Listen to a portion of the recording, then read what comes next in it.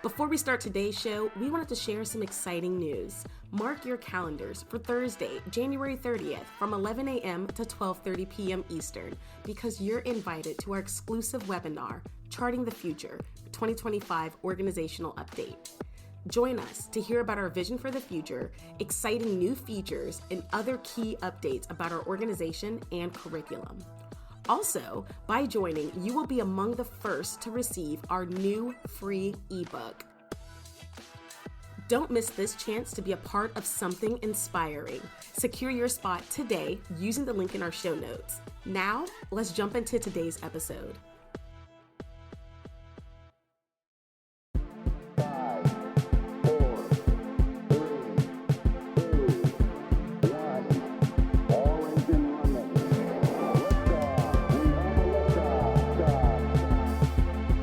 Welcome back, everyone. My name is Andrew McPeak, and co-hosting this podcast with me is, of course, the incomparable Gina Watts. Woo-hoo!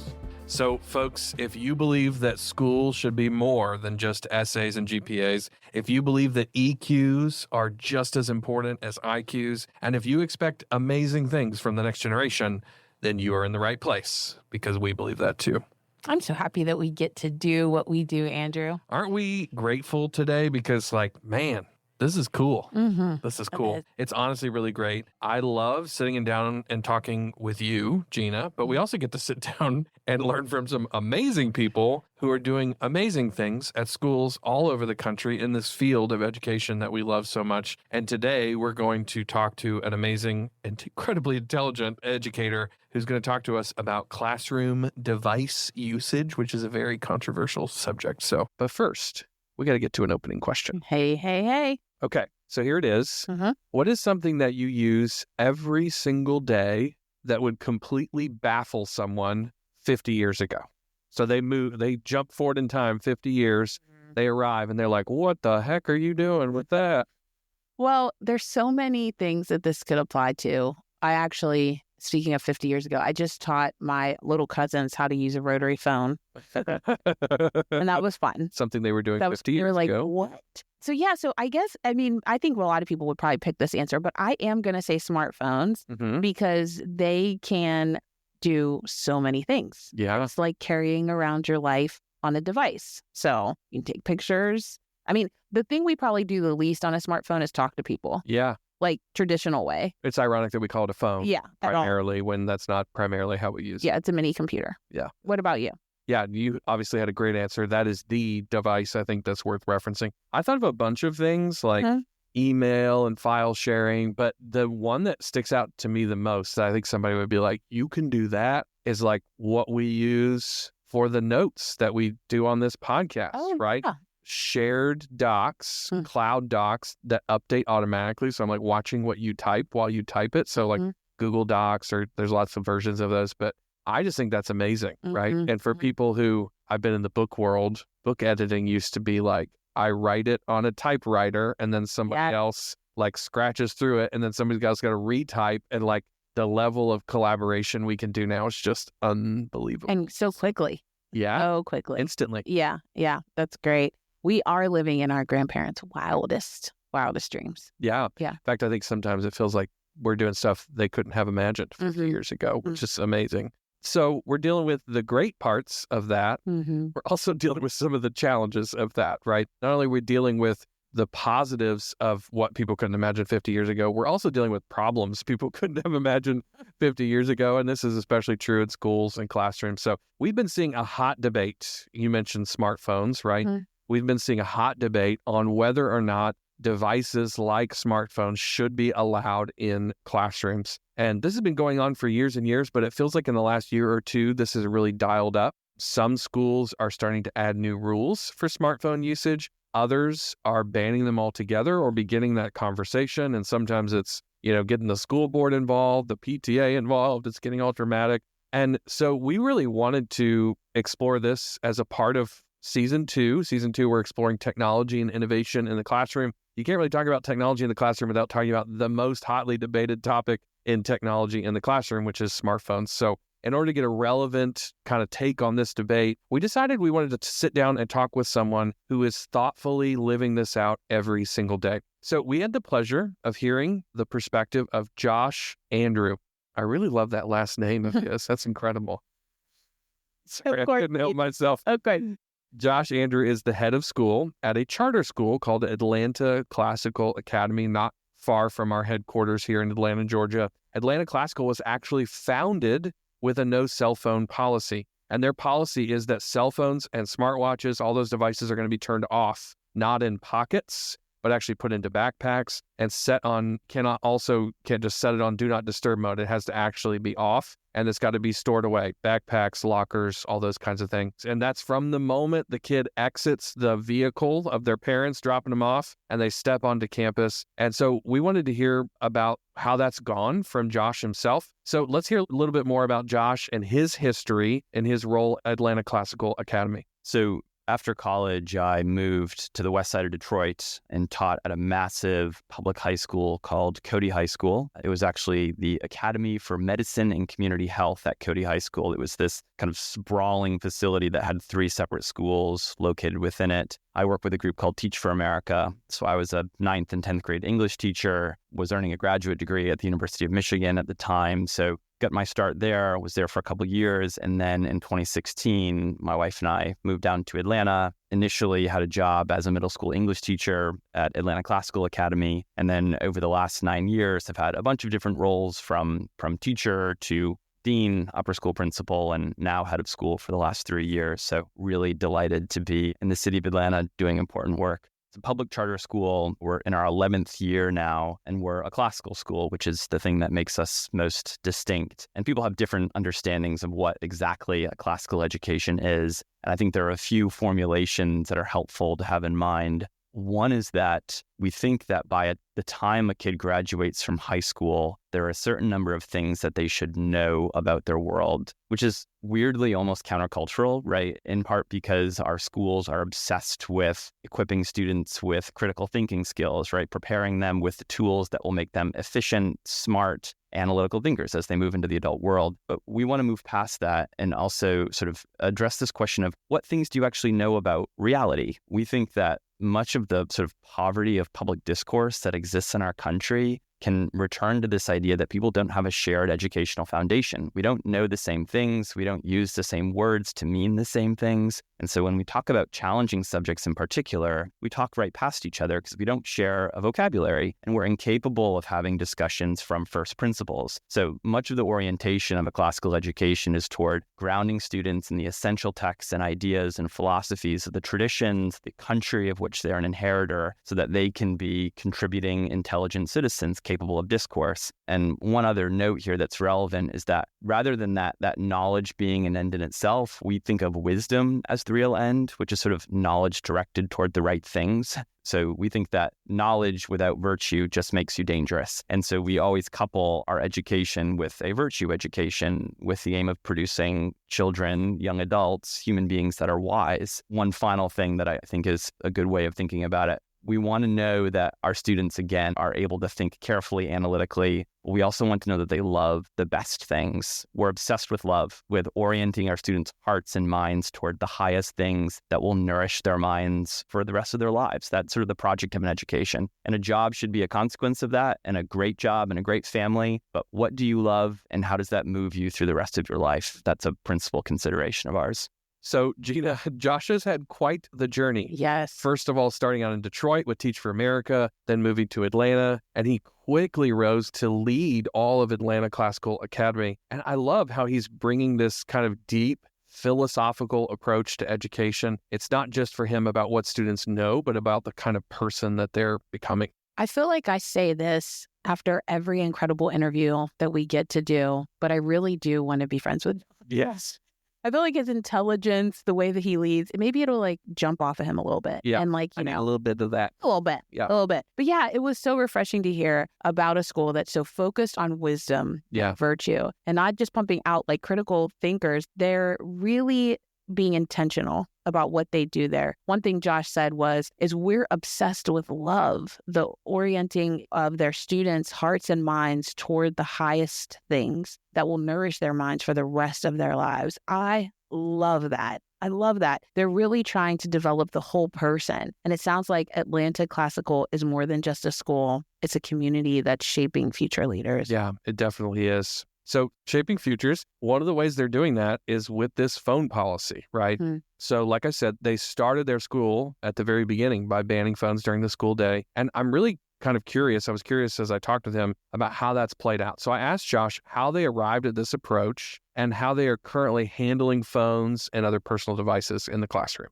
Well, we don't allow phones on campus. We don't want to see them during the school day, so they should be off and in backpacks or in lockers. Phones can come out at 4:05 p.m. exactly. And that minute matters. There was a time a couple years ago where we decided that we would allow phones immediately when carpool begins. But then suddenly our beautiful campus where people are talking to each other disappeared the moment that phones came out. And we sort of lost the conversation that's always happening on our campus. And so we quickly reverted in literally a month's time back to the 4:05 as the threshold where phones could come out. And that's been true of our campus since 2014. So from the first day of opening, we were insistent about this idea of having conversations that were not mediated by technology. Human to human encounter, human to book encounter, right? Just you and a physical text in front of you as the best way of learning. And the adults are necessarily the leaders. And I had this really embarrassing moment last school year where I still teach at ACA. I'm the head of school, but all of our leadership team still teaches. So I teach modern European literature. And I got to the end of class, and it was a particularly good class. We'd had a gripping discussion, and a wave of students approached my desk. And I didn't even notice them because the moment class ended, I pulled out my phone and was checking my email because I was, fearful about what might have piled up in the last 50 minutes. I walked away from that class in true embarrassment, right? Like here I am saying to students, you're not allowed to be on your phones. You're not allowed to interact with them. And I had just lost out on what every teacher knows to be one of the best encounters during the day, which is what happens right after class, right? It's those kids that pursue you because they can't let this idea go. So as a faculty, we're having an ongoing conversation about modeling what it looks like to interact with our device as well. We recently bought these things called bricks. They are little devices that you can sort of tap your phone to, and it locks down all the applications, messages, etc. You can customize it so that you have access to what you need. We have, like, for instance, a technology on our phones that is a security feature. So we need them to some extent, but we're always sort of in dialogue about if we're telling our kids to put their phones away, we ought to model this. Okay, so I love how Josh and his team didn't just say no phones and leave it at that, right? They've clearly put so much thought into how phones affect the entire campus culture. I mean, the second these phones came out during the carpool, when they kind of tested with that, the whole vibe shifted and it was like instant silence. And so they knew we got to make some changes here. It's like the campus went from lively conversations to everyone staring at their screens. Now, it almost happened in an instant. And the fact that they took such quick action to bring it back to a human first space shows how committed that they are to keeping community connected in real life and not just through screens. Yeah. And my other favorite thing that Josh shared was, of course, about his own experience getting called out. Well, I guess he was technically calling himself out about grabbing his own device right after class and hopping into email and all that stuff. I just feel like, as I listen to him, that they are serious at every level about practicing what they preach to their students. It's really great and refreshing to hear. I loved that he made it so real by sharing his story as well. So with phones banned all day, it does make me curious, what kind of impact does this have on the students? I wonder if there are changes in focus, academic performance, or even social interactions with our phones out of the picture. Something that college admissions counselors always comment on when they visit our campus is that as they approach the high school, they see dozens of students speaking to each other. And they say, we don't see this anywhere else we go because everyone is on their phones. But to be in a place where there are hundreds of teenagers in conversation, and oftentimes in conversation about the best things, is utterly inspiring. Our motivation in this is to create a space where students can give their attention to the very best things. We think that your attention is most fully your own. What you give your attention to will shape what you become. And so we don't always assume that human beings have the self-control to give their attention to the best things when there are other options in front of them that are more attractive. And we then look at ourselves as the first example of this, right? Here I am turning away from a beautiful student dialogue because I want to check my email, which is only going to bring terror and suffering, right? It's like, if I'm going to make the wrong decision, my students are going to make the wrong decisions. And so we keep cell phones and technology broadly sort of out of our classroom because we want our students to encounter the greatest ideas that have given shape to our civilization, again, unmediated by technology. There was a study that came out, or an article rather, from The Atlantic just a couple days ago in the beginning of October, where they describe the current sort of plight that has afflicted modern academia. And they were interviewing great institutions like Berkeley and Brown and Columbia. Professor after professor was saying none of the students who are coming into their introductory humanities classes know how to read full books. They're capable of reading excerpts, they're capable of reading brief nonfiction articles and speaking intelligently about these things. But when given a great work like the Iliad or Crime and Punishment or The Awakening, they're suddenly overwhelmed, in part because they don't have the attention to sustain a kind of multi-hour engagement with a difficult text, which means that the kind of empathy, the deep learning, the encounter that you have with what it means to be a human being is lost because your phone is buzzing, so they don't have that skill. So our classrooms are designed around students giving their attention to the highest and best things. There's this fascinating study that came out, I think it was in 2017, that literally measured fluid intelligence and working memory in relation to your phone's proximity to you. So fluid intelligence is your ability to sort of work through an abstract problem that you perhaps don't have previous knowledge about, but to apply your intelligence and to work through it. Working memory is just your memory. When phones were outside of students' reaches, literally out of the room, they had the highest working memory and the highest fluid intelligence. And as the phone inched closer to them, so literally whether it was in their pocket, it was lower. And then if it was on their desk, it was lower still. So you can literally sort of chart the data. The closer your phone is to you, the lower your fluid intelligence, the lower your working memory, because you're constantly sort of given to distraction. One other study that I found really compelling, it's an older one from Hewlett-Packard. They commissioned some researchers at Harvard early in the 2000s to measure the intelligence quotient of their workers when they were actively receiving calls and emails during the day. And they measured their IQ at literally 10 points lower when they were able to work undistracted versus when they were working and, again, kind of beset by this barrage of interruptions. There's a 10-point IQ gap, which, this is sort of funny, but it's the equivalent of a person who is like actively using marijuana or something, right? It's like, it's significant. It really has affected your brain. Another note on that, which is, it always makes you laugh. There's a great documentary called The Social Dilemma on Netflix. And one of the most memorable lines there was, the only companies that talk about their customers as users are drug dealers and tech companies, right? In those spaces, you are genuinely a user. It's crazy how Josh describes students actually talking to each other instead of staring at their phones. What a concept, right?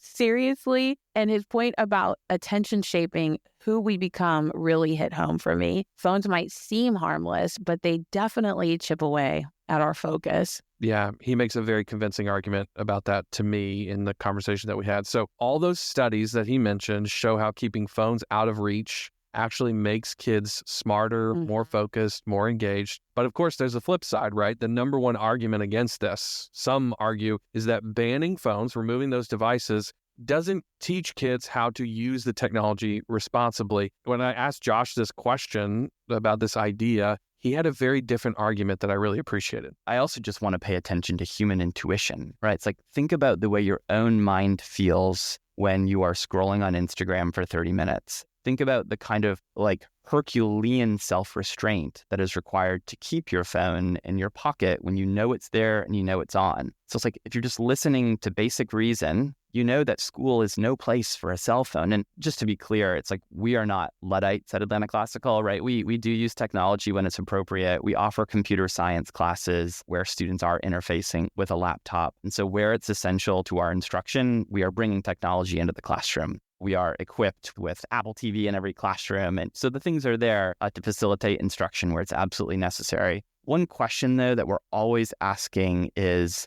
in what way is a technology entering the classroom going to reshape the way that the student thinks about learning? right? And I think a lot of schools aren't really wrestling deeply with this when they're making any decision about whether or not they want to bring new tech into their classroom. Like Neil Postman, who's a great writer, talks about all technology having a kind of ideological bias. So the internet necessarily degrades the value of information, right? It's just like your ability to remember things, to call facts to mind is way less valuable than it was 20, 30, 40 years ago. So you introduce a technology, you change the way people think. You have to keep that in mind every time you introduce a new technology to your classroom, because there's a new bias that you perhaps haven't assessed yet that comes along with it. And so our sort of approach to even fielding the nonstop requests from vendors that you get to buy their new technology is, what's the underlying bias? And that's not to be conspiratorial, but I think it's just to be discerning about putting the best things in front of our students. I love how Josh pointed out that we all know the feeling of scrolling Instagram for 30 minutes and then wondering where the time went, like what happened to our brains, right? We're in a fog. And it takes so much restraint sometimes, even for adults, to keep your phone tucked away, especially when you know it's right there. Mm-hmm. Even thinking back to his example of himself pulling it out right away. Yeah. Like he did the thing and then grabbed his phone. It still presented a distraction. He missed the kids that were standing right in front of his face. But it's really clear that Atlanta Classical is not anti-tech. Yep. They use Apple TVs and teach computer science, but they're super mindful of how technology shapes the way students think. It's not about banning tech entirely, but about making thoughtful decisions when bringing it into the classroom. Yeah. And to me, that's where the deeper question comes in, right? What role do schools like Atlanta Classical, which ban phones, play in teaching kids how to use technology responsible? How do they actually balance that? My initial response is that my 1-year-old knows how to open my iPhone and knows how to manipulate some parts of it. And my 3-year-old at a much more sophisticated level, and I never taught him. They don't need to go to school for it, right? Like to manipulate an Apple device, which is just meant to be as user-friendly as humanly possible, does not require a graduate degree or even an elementary school degree. The thing is just begging for you to use it and to require as little of your brain as possible in that interaction. I'm not persuaded by argument that schools are abdicating some responsibility by not teaching kids to be proficient in how they use their iPhones. Now, there are just tools and skills that you do have to acquire, like learning how to type, right? Perhaps the school should teach you to do this. Learning how to interact with the Microsoft suite, right? Those are real skills that probably have a place at some point in a student's education. So I'm certainly not dismissive of some of those just core needs as a kid is moving through high school. But my sense and my own personal experience is that kids are learning so much of that on their own, and you don't get that much time with your students, right? 50 minutes, this is how long our class periods are at Atlanta Classical, goes by very quickly. And I find that when I bring technology into the classroom, things always sort of like go wrong, and suddenly 10, 20% of my class is gobbled up by like, oh, call the IT guy, see if we can get internet fixed. And suddenly this discussion that I feel urgent about having with my 17-year-olds is diminished, right? It disappears. So just in terms of prioritizing what's really essential when there are serious opportunity costs on the table leads us frequently away from choosing to bring tech into our spaces. And another thing, and this is something that you face when you make a decision as a school leader to move away from tech, is that you find that students literally have their identity wrapped up in their device, right? This is why it is such a fraught choice. To take a phone away from a child is to potentially induce a kind of withdrawal experience, which should be terrifying in and of itself and perhaps an argument for doing it. But what you then have to teach that person is to sort of develop a sense of self, develop a sense of self-esteem and self-efficacy that exists apart from this tiny little device that they carry around in their pockets. But that's why it's fraught, right? I do think that schools then can't be glib and calloused in the way that they approach this. So I'm not recommending for a kind of cowboy approach where you just say, hey, you guys are all weak and we're taking away your phones and we're not talking to you about this. I have found that at Atlanta Classical, we've gone further with conversations about technology and really started to talk to kids about how they use it at home, right? It's not allowed on campus, but let's talk about your home life. And we found that the most compelling way to approach this is to treat them as insiders, to say, hey guys, this is what the tech companies are doing to you. And they're like, wait, what? Snapchat is doing what? Instagram is doing what? I don't want to be used, right? I don't want to be a user. And when you bring them into the conversation and you give them a kind of position of authority and power,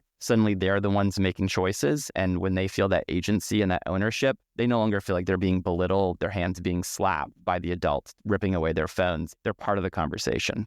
I love that Josh pointed out, the kids are practically born, it feels like, knowing how to use an iPhone these days. His 1-year-old, right, already knows how to move through that device really easily. It's like tech just pulls us in without us really needing much teaching, especially when we're at those malleable young ages. It's hard to argue that schools need to teach kids how to use these devices when they're mastering them at home on their own. I mean, maybe a no phone homes is like a future podcast conversation. Yeah. I'm sure we'll get some lively messages for that one. But I'm a low to no tech household with a 6-year-old in it. And we haven't encountered any challenges yet, but I'm ready for it. And I'm thinking that we will. But enough about me and my household. Back to Josh. He does make a great point. Schools should focus on the tools that actually require learning, like typing or using software like Microsoft Office. Yeah, I think that's right. He also brought up the fact that like every time he does bring technology into the classroom, typing, Microsoft Office, PowerPoint, whatever it is, he ends up with some sort of issue, right? So it's like there is this underlying challenge of bringing technology in at all, which is it can be a great helpful thing, but it can also slow things down. It can hurt us. It can distract us, all those things. So the real question is, how do you balance leveraging technology while minimizing these distractions? And I think that's probably something that a lot of the educators listening to this are dealing with right now. Yeah, for schools looking to implement or refine their device policies, I'm sure Josh has some practical tips for us to strike that balance. Absolutely. Yeah. I think one of the first things is leading by example, right? Which is maybe a strange way to answer this. And we actually have some experience with this at Atlanta Classical because we have instituted a bunch of challenges to try to get kids to get off their phones at home, right? So a kind of new frontier, right? You get rid of it at school. Now let's try to get rid of it at home. We started this thing last year called the February Freeze, where we had a series of challenges that went out to students that encouraged them to stay off their devices, right? To delete their social media for the whole month of February. And I, as a school leader in the school newspaper, or our newsletter that goes out every week, started publishing my own screen time. Like literally took a screenshot on Apple of my screen time that shows exactly what I'm doing with my time and just put that for everyone to read and see. And it's like grotesque. It's like, it's a difficult thing to expose yourself to, and all the school leaders did this. So one thing I think is leading by example, right? You have credibility, the point at which you are obviously moderating your own use. The second thing is, I think, to make kids feel like insiders, to that previous comment. Bring in speakers. We had a gentleman named Max Stossel, who I'd reached out to Jonathan Haidt to try to get him to come to Atlanta Classical. It was maybe a reach. And he said, I just don't really travel. And so he introduced us to Max, who's part of this group called Social Awakening. And Max came out to our school last year and gave a series of talks that were just really persuasive, met students where they were. And we had a flood of kids come up to us and say, we've deleted social media. We got rid of it. And I think having those sorts of dialogues in advance of making a sweeping change it's important. The last thing, and this is just my intuition here, is that it probably does have to be total. I don't think that you would have success in saying, all right, guys, you're going to get your phones back when you go into the cafeteria. We're going to have these like phone zones and phone free zones. Like you get it when you leave the classroom, you give it up when you go back in. That's just going to create so much chaos and transition. I feel like the schools that I've seen do it well do go cold turkey with a lot of conversation and dialogue in advance, and have a technology like those Yonder pouches where it locks your phone. You can carry it with you all day. I think it needs to be total. Just evaluate yourself. Adults have come up with so many different little ways to trick themselves into not using their phones and then use their phones. So I think you do have to basically take them. So what I love about Josh and his team at Atlanta Classical is that they are leading by example. Even, I love this example, publishing his own screen time for all of his school to see. Like, that's some serious accountability. I would be mortified to do that. He probably was too. And I just told you that I'm like a low to no tech household, and I still think it would be, whoa. It's one thing to tell students to cut down on screen time, but it's a whole different level when the school leaders are showing their own struggles with it. I really appreciate that. And then those February freeze challenges, first of all, it's an alliteration. Second of all, genius. Like the whole policy, the whole experience, encouraging kids to delete social media for a month is really a bold move. Absolutely. And the other thing I really loved is he's starting all of those conversations early, getting those students on board early, and making them feel like they're in control. Like they're not just like, this is our policy, you have to follow it. But I think if we're being honest, the other really hard truth that he gave us is if a school is going to explore a no device policy, they probably should just go cold turkey, right? Because the sort of half in, half out policies that we're seeing somewhere or some of these places, I mean, I think he's right. They're just not effective. They're distracting. They're too complicated. And it a lot of times puts the onus on the teachers to have to navigate it and figure it out. That halfway approach just creates more chaos. I completely agree. If you're going to commit, you've got to go all in. And using those pouches where students can't access their phones all day, that seems like a solid solution for schools thinking about making the leap. Yeah, it does. I actually got my hands on one of those recently. They're pretty cool, this idea. So we got a lot to think about here. A lot. Especially this idea of balancing tech and education. He made so many great examples. He gave us ideas about how to implement this and thoughts we need to wrestle with. So big thanks to Josh for all that insight and all that inspiration. But I got a lot of information. I got TMI here. I think we need a DMI moment. Yes, I live for these insights that we don't want to miss. So let's get to it.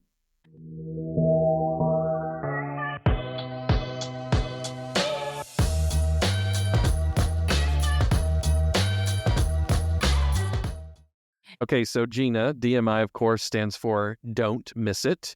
Gina and I both will highlight one thing from today that we think you should not miss. So Gina, let's start with you. What was the one thing you don't want our listeners to miss? What do we need to take away from today's conversation? Yeah, Josh had talked about our attention, and he said, we think that your attention is most fully your own. What you give your attention to will shape what you become. And I think it's just really like a critical thinking, practical way to implement self-control in a way that we don't require it anywhere else. And I think it's also a simple way for students to get on board, for families to get on board, for the teachers to get on board, to think about it in terms of what we give our attention to. That just really struck a chord with me. Yeah, I think that's great. I've heard many people say that attention is our most valuable resource in the 21st century because that's ultimately what people are trying to get from us on these online spaces. So that's a great insight. Yeah. I mean, it literally changed the school to now students talk to each other. Yeah. I'm going to laugh about that for a while. Yeah. Not because it's funny,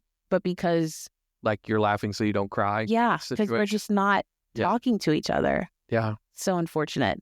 It is. And creating that space is just massive. Well, the other thing I thought of, my DMI, was what he said about first principles. It was kind of towards the beginning of our conversation. But I think a lot of schools, when it comes to this conversation around device policies and the worry that if we take all the tech out of the classroom, that then our students are going to be handicapped when it comes to technology. Right. And I just feel like he put such great words to their approach and basically said, the problem is not a student's ability to navigate the device. That was never the issue, right?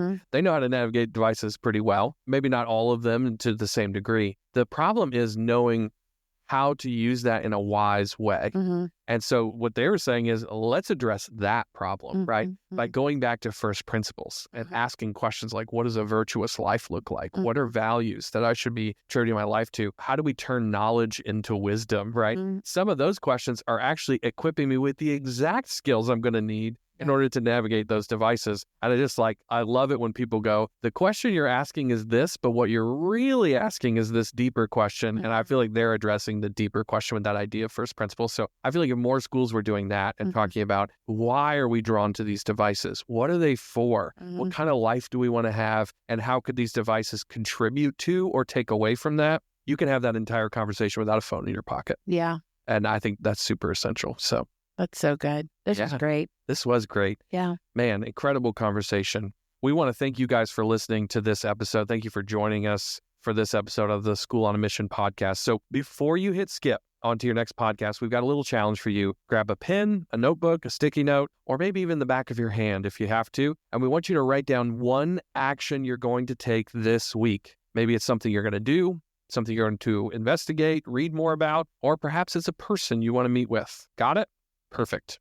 Now we want you to DM us, Andrew and Gina, with your action step. We've gotten a few of those and we love it. So we cannot wait to see what awesome things you're up to. But until next time, folks, stay curious, stay bold, and keep leading your school on a mission. The School on a Mission podcast is produced by Growing Leaders, powered by the Maxwell Leadership Foundation. You can find out more about Growing Leaders at growingleaders.com. We want to especially thank Josh Andrew for joining us as a guest in today's episode. This podcast was co-produced by Angelica Oliver and Kara Mallory. To find out more about the School on a Mission podcast, head over to schoolonamissionpodcast.com.